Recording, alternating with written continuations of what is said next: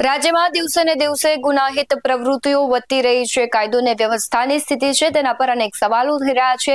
ત્યારે રાજ્યનું કોઈ પણ શહેર હોય ત્યાં ગુંડાઓ બેફામ બન્યા છે. અસામાજિક તત્વો છે તેનો આતંક દેખાઈ રહ્યો છે અને પ્રેમ પ્રકરણની એવી ઘટનાઓ સામે આવી રહી છે જે સમાજ અને માનવતાને શર્મસાર કરે છે. ત્યારે જૂનાગઢમાંથી પણ એવી જ ઘટના સામે આવી છે. નમસ્કાર, ગુજરાત BS9 TV ન્યૂઝમાં આપની સાથે હું ભગવતી વિશાવડિયા.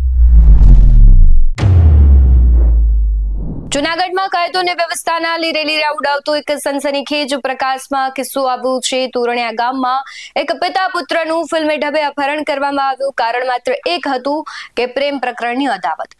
યુવતીની સગાઈ જેની સાથે થઈ હતી તે યુવક મિલન મકવાણા પોતાના સાથીદારો સાથે ત્રાટક્યો અને પિતા પુત્રને ઉઠાવી ગયો અને ત્યારબાદ ફાર્મ હાઉસમાં ગોંધી રાખીને ઢોરમાર માર્યો. જૂનાગઢના તોરણિયા ગામે રહેતા રમેશ ધંધુકિયા અને તેમનો પુત્ર સંજય આ બંને માટે પ્રેમ કાર્ડ સાબિત થયો છે. સંજયને ગામની જ એક યુવતી સાથે મિત્રતા હતી, પણ આ મિત્રતા મિલન મકવાણા નામના શખ્સને આંખમાં કણાની જેમ ખૂંચતી હતી, કારણ કે મિલન સાથે તે યુવતીની સગાઈ થઈ હતી.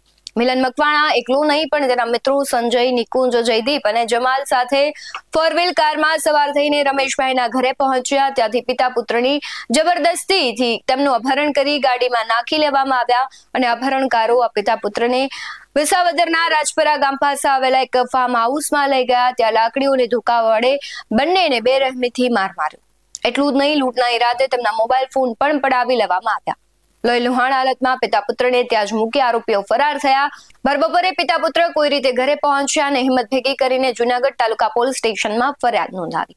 મામલો એટલો ગંભીર હતો એટલે ડીવાયએસપી હિતેશ ધાંધલિયાએ તાત્કાલિક અલગ અલગ ટીમો બનાવી અને ગણતરીના કલાકમાં જ આ પાંચે આરોપીને જેલના સળિયા પાછળ ધકેલી દીધા. પોલીસે આરોપીઓને તોરણિયા ગામે લઈ જઈને રિકન્સ્ટ્રક્શન પણ કરાવ્યું, જ્યાંથી અપહરણ થયું હતું. ત્યારે ગામના ચોકમાં આ ગુંડા તત્વોની પોલીસે શાન પણ ઠેકાણે લાવી. સમગ્ર ઘટનાને લઈને ડીવાયએસપી હિતેશ ધાંધલિયા શું કહી રહ્યા છે તેના પર નજર કરીએ. તાલુકા પોલીસ સ્ટેશન વિસ્તારમાં આવેલા તોરણિયા ગામના જે તારીખ 5મી માર્ચની રાત્રિના જે પ્રેમ પ્રકરણ બાબતે શંકા રાખી અને અપહરણ તથા લૂંટનો બનાવ બનેલો, આ ગુનાના કામે ફરિયાદી રમેશભાઈ જમલભાઈ ધંધુકિયા અને તેમનો દીકરો સંજય આ બંને તોરણિયા ગામમાં રહેતા હોય અને તે ગામની જ એક યુવતી સાથે આ ફરિયાદી રમેશભાઈના દીકરા સંજયને મિત્રતાના સંબંધ હોય અને બંને એકબીજા સાથે વાતચીત કરતા હોય. આ પ્રકારની શંકા રાખી અને આ જે યુવતીના સગાઈ થયેલી છે તે યુવક મિલન લખુભાઈ મકવાણા જે વિસાવદરના રાજપરા ગામનો વતની હોય અને તેની સગાઈ જે યુવતી સાથે થઈ તેની સાથે આ સંજયને વાતચીત કરે છે. આ પ્રકારની શંકાના આધારે આ મિલન લખુભાઈ મકવાણા અન્ય 4 આરોપી સંજય મકવાણા, નિકુંજ વાસિયા, જમાલ સંધાર અને જયદીપ ઉર્ફે ભોલો મકવાણા સાથે તોરણિયા ગામમાં ઇકો લઈને આવેલા અને ફરિયાદી રમેશભાઈ ધંધુકિયાના ઇકોમાં બળજબરીપૂર્વક બેસાડેલા. ત્યારબાદ પરા વિસ્તારમાં જઈ અને આ જે સંજય કરીને યુવાન છે તેને પણ આ ઇકો ગાડીમાં બેસાડી આ બાપ દીકરા ફરિયાદી આ બાપ દીકરા બંનેને ઇકો ગાડીમાં ઢીકા પાટુનો માર મારતા સંજયનો મોબાઈલ ફોન છે રસ્તામાં ફેંકી દીધેલો, તેમજ ફરિયાદી રમેશભાઈનો મોબાઈલ છે તે બળજબરીપૂર્વક ઝૂંટવી લીધેલો.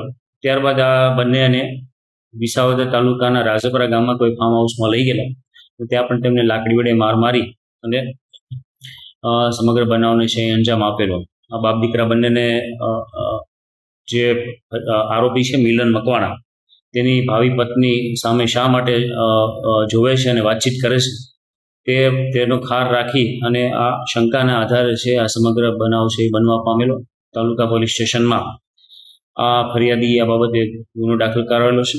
BNSની કલમ 104, 309(4), 115(2), 296(b), 351(3) મુજબ ગુનો દાખલ થયેલો છે તથા આ તમામ આરોપીની છે ધરપકડ કરવામાં આવેલી છે અને નામદાર કોર્ટમાં છે રિમાન્ડ માટે રજૂ કરવામાં આવશે. પ્રેમમાં અંધ બનેલા યુવકે જે રીતે કાયદો હાથમાં લીધો તે જોતા સ્પષ્ટ લાગે છે કે ગુનેગારોમાં પોલીસનું કોઈ હવે ડર નથી રહ્યો. પણ જૂનાગઢ પોલીસે જે રીતે ત્વરિત કાર્યવાહી કરી છે તેનાથી હવે આ પાંચે આરોપીઓ જેલની હવા ખાઈ રહ્યા છે.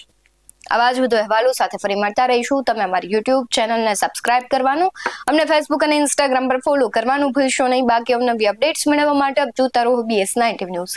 નમસ્કાર.